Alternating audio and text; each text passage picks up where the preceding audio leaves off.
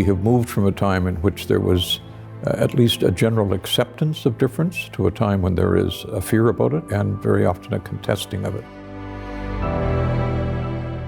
We all have a particular concept as to how the world works, and this has shown me how the world doesn't work at some extremes and what needs to be done to make sure that it will work better. Belief in pluralism is not just about us living with people that are different peacefully. It's about considering diversity as something that gives us a better sense of who we are. Pluralism is also about the fact that we have so many things in common, but we are at the same time different.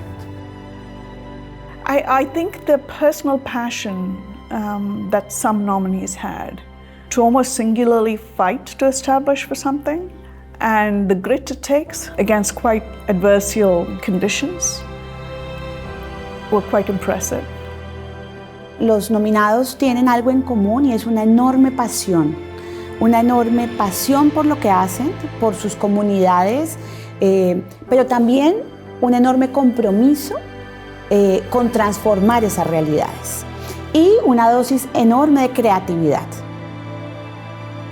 The nominations are fascinating because they're global and they're also incredibly broad. From tiny little startups that are trying to impact one community to people and organizations who already had impacts in an entire continent or indeed across the world.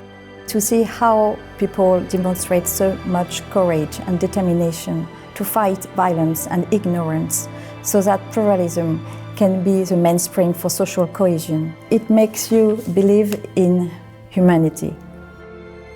One of the great advantages of the awards is that they symbolize what pluralism is about. People who are doing things that you never really, on the one hand, thought were possible, but also didn't think were extraordinary until you understand the circumstances in which people are showing that kind of either interest or respect.